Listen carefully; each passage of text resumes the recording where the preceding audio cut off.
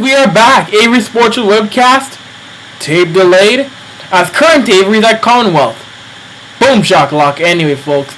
On a gorgeous Edmonton afternoon here. It is approximately almost 3:30 p.m. right now. Since tape delayed, the show usually airs at 6 p.m. for those of you who know. Anyway. Edmonton Oilers in action tomorrow night against the Dallas Stars. And a banged up Edmonton Oilers squad. No Sean Horkoff. Eric Belanger injured. Mark Fistrick hurt his back in the game against the Vancouver Canucks. Captain Sean Horkoff, a broken knuckle. Ow! The knuckle in his hand was pushed in. Ugh. That's going to take surgery, and that's going to take pins to repair his hand. So, Sean Horkoff is out indefinitely. Who knows how long that could be. That could be a few weeks. That could be the full rest of the season. Which would be very shameful, which would be a great loss for the Edmonton Oilers. So, Mark Arcobello was called up from Oklahoma City to fill that void. Good, you know what though, he's a small guy, 5'8", 165 pounds. He's tiny, and on a team that already has a lot of small guys, it's going to be interesting to see what happens. I give credit to Arcobello. He's only 24 years old, having a great year in OKC right now with 14 goals and 25 assists. You know, he's producing. And he played in the AHL All-Star game. So, I mean, he can play pro, but the AHL is a whole different story. OKC and Edmonton, the game is so much different. And now you're playing the Dallas Stars with Jaromir Jagr and Jamie Benn. Can you keep up, young man? Can you keep up, sir? Hopefully he can. He's going to have to, because this is a squad that's known for getting banged up. And unfortunately, the injury bug has come back and chomped on the Oilers so soon into the already shortened season. So hopefully they can rebound with a win against the Dallas Stars. Of course, last night they played the Vancouver Canucks in a hard-fought, in a game that was a 3-2 loss. And again, Vancouver, let's be honest, they dominated most of that game, and Edmonton was still able to end up 2-0 going into the third period.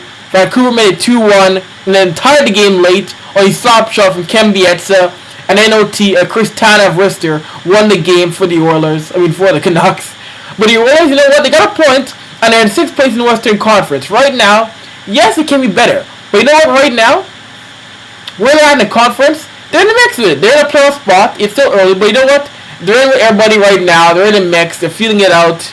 And it's still early, even for a shortened game season. Injuries, do they suck? Absolutely. But you know what? Right now, they're in an okay position. No panicking time at all. They're in a good spot right now. Just got to fix some things, fill some holes, and tune up what needs to be shaped up. As we saw, Ryan Whitney got scratched last night. So I'm hearing that Theo Peckham will check in now on the game on Wednesday. That'll be interesting to see Peckham make his season debut. Of course, hopefully Mark Fistrick is alright. Because there's a guy who's just been a devastating force for the Oilers on the blue line. There's a guy getting hit. He can handle a puck a little bit. He can play great in his own end. I mean, he's a guy, he's one of the first guys in a long time on the Oilers that'll make you say, oh crap, where's Fistrick? Where is he? They didn't have that since Jason Smith. That's been quite some time for the Oilers roster. So great to see that, and great to see that happening right now with Fistrick. Hopefully he's back in the lineup very soon. And of course, everybody rags on Eric Belanger, but you know what? He's one of the better power play. He's one of the better face-off guys. And against Vancouver, the face-off stats were quite stanky. They weren't good. I'm gonna be honest with you.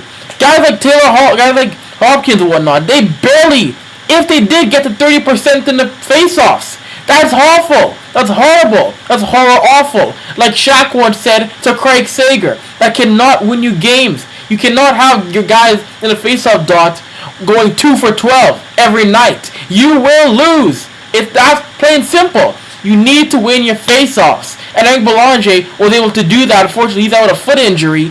Hopefully he returns soon. So, I mean, tough. But let's see how this team handles Dallas Stars, who are a physical team and who are a team that can burn you in many ways, or many weapons. So, should be a good game. But for the goaltending, Devin Dubnyk, sir, how about you? Give you a round of applause. He's been having a great start to the year. Nick Happy-Bulin, will he start anytime soon? Let me think. Nope. I think it's Devin Dubnyk's team right now. I think for this year, give Dubnyk the 40 starts or the 35 starts. Give him the majority. Make him prove to everybody he's your guy, and you will stick with him no matter what. through thick and thin, through green, black, and blue weather, you will stick with them, Dubnyk. I think Oilers have to stick with Dubnyk. Harry Bullen, he'll be gone soon. I think Dubnyk is your future right now, and he's stepping up and playing like a #1 goaltender in the National Hockey League. Yes, he's lost some games, but they haven't been his fault. So you know what, Devin? Good stuff, sir. Fantastic stuff out of Devin Dubnyk. Great to see. Here on Avry Sports with Webcast, livestream.com/Avry Sports. If you want to call in, you technically can't, because tape delayed. Yes, I am, President Avry is at Commonwealth Stadium talking to members of Team Canada Women's Soccer Team, and we'll have some audio of my interview, or Avery's interview, with goaltender Corinne LeBlanc. I went down to, can I say Avry, or can I say Avry went down? I don't know, I feel like I should be talking to myself in the third person, considering that presently right now, when this show is airing, I will not be here. So, anyway, I will use myself. We'll use the third person, that's kind of creepy.